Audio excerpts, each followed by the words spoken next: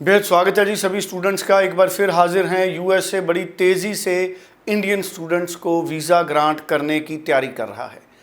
अब Indian students के लिए किस तरह के ऑप्शंस हैं, जनवरी इनटेक में हमारे कौन से स्टूडेंट एडमिशन ले सकते हैं, कॉलेजेस में, यूनिवर्सिटीज़ में किस तरह के कोर्सेज ट्रेंड में हैं और कितना एक्सपेंस है यूएसए का, यूएस लो फीस कॉलेजेस की कितनी अवेलेबिलिटी है, ये तमाम जो सवाल हैं हम मैम वीना गोयल से करेंगे।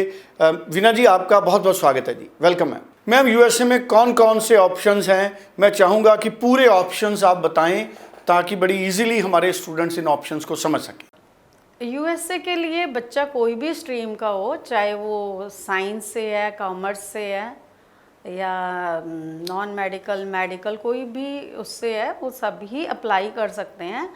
और इनटेक अभी जो है जैन इनटेक है, उसके बाद मेजर इनटेक सितंबर होता है, तो जैन के लिए ये अप्लाई कर सकते हैं।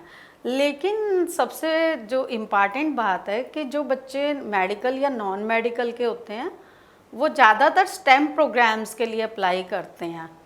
अब स्टेम प्रोग्राम्स क्या हैं कि वो हम एक्सप्लेन कर देते हैं। स्टेम मीन्स 4 वर्ड से बना है, STEM, science, technology, engineering, maths.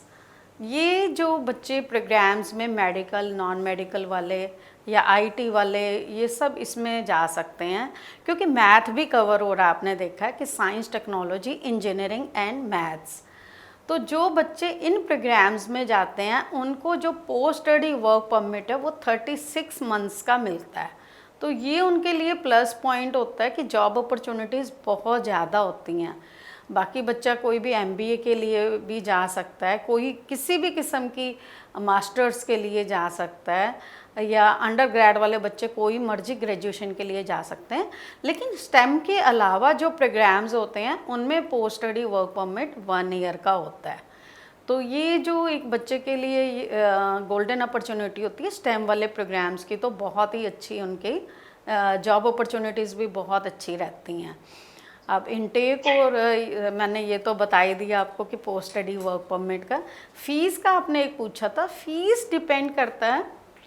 अगर बच्चा बहुत इंटेलिजेंट है, एकेडमिक स्कोर बहुत अच्छा है, IELTS, TOEFL, PT, what English test उसने बहुत अच्छे से किया, तो उसको स्कॉलरशिप बहुत ह्यूज मिल जाती हैं।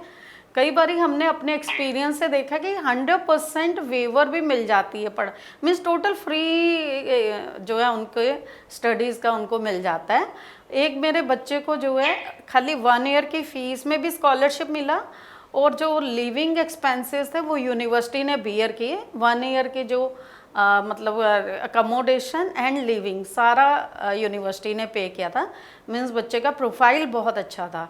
तो अगर आपका प्रोफाइल बहुत अच्छा है तो US आपको स्कॉलरशिप, ह्यूज स्कॉलरशिप देता है। तो ये भी एक बहुत अच्छी ऑप्शन हमारे पास आ जाती है US को लेके। और प्लस पॉइंट क्या है, US में सुरेंद्र जी की फ़ीस जो है you have to pay after the visa, not before visa.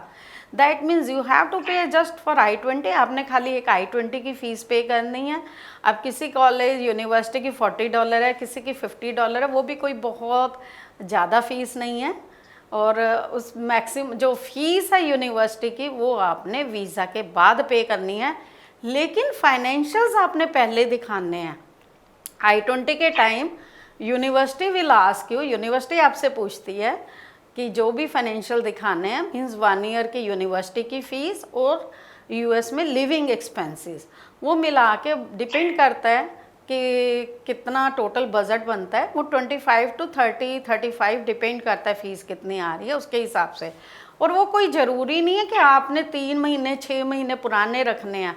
वो 1 डे ओल्ड फंड्स भी US एम्बेसी में चलते हैं। आप देखो कितना ईजी है US का वीज़ा।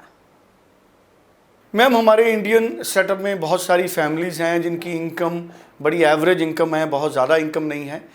ऐसे स्टूडेंट्स के लिए क्या लो फीस वाले कोई कॉलेज, इंस्टीट्यूट हों या कुछ स्कॉलरशिप की ऑप्शंस हो हमारे स्टूडेंट्स के लिए, तो एक बार उसको ज़रूर आप एक्सप्लेन करें। देखो, मैंने बताया ना कि जैसे अगर बच्चा पढ़ने में बहुत अच्छा है तो टोटल फ्री भी मिल जाता है, अगर हम फ्री की बात करें। बाकी अगर कम फीस की बात करें, बच्चे का थोड़ा भी एकेडमिक स्कोर ठीक है, तो मेरे पास कुछ यूनिवर्सिटीज़ हैं जिनकी फ़ीस ही जस्ट $10,000 है। मतलब 8 सवा 8 लाख रुपए, इससे सस्ती तो क्या ही होगी। तो इतनी कम फीस के भी ऑप्शन है, और अगर स्कॉलरशिप लग जाती है तो $20,000 वाले भी ऑप्शन, अगर बच्चे का एकेडमिक 60% के आसपास है, और अगर उससे अच्छा तो उससे ज़्यादा स्कॉलरशिप लग जाती है, तो बहुत कम वाले भी ऑप्शन है हमारे पास। मैम, मैं आखिरी सवाल करूंगा इस प्रोग्राम का, हमारे इंडियन स्टूडेंट्स के कौन से प्रोफाइल, कितनी परसेंटेज मिनिमम हो, जो प्रोफाइल कितने उसके आर्ट्स के स्कोर हों, वो एलिजिबल है यूएसए में स्कॉलरशिप के लिए? क्योंकि जैसे आपने कहा बहुत अच्छी स्कॉलरशिप यूएसए के कॉलेजेस यूनिवर्सिटीज़ हमारे स्टूडेंट्स को ग्रांट करते हैं, तो स्कॉलरशिप को थोड़ा और एलेबोरेट करें। एलिजिबल है, डिपेंड करता है। अगर हम सुरेंद्र जी स्कॉलरशिप की बात करें तो स्कॉलरशिप का प्रोफाइल जो हम मानते हैं वो 80% अबव वाला मानते हैं, लेकिन 70% है तो उसको भी 25-30% तो स्कॉलरशिप मिलती है। So thank you so much. बड़ा इंपॉर्टेंट ये प्रोग्राम था, बहुत इंपॉर्टेंट डिस्कशन हमारे साथ हुई है। वो सारे स्टूडेंट्स जो यूएसए के लिए चाहते हैं कि उन्हें अच्छा इंस्टीट्यूट मिले, लो फीस का इंस्टीट्यूट मिले, तो स्क्रीन पे नंबर है, आप इन नंबरों पे बात कर सकते हैं और पूरी क्लैरिटी आप हासिल कर सकते हैं, ताकि यूएसए के लिए आपका जो ड्रीम है वो फुलफिल हो सके। Thank you so much ma'am. Thank you so much.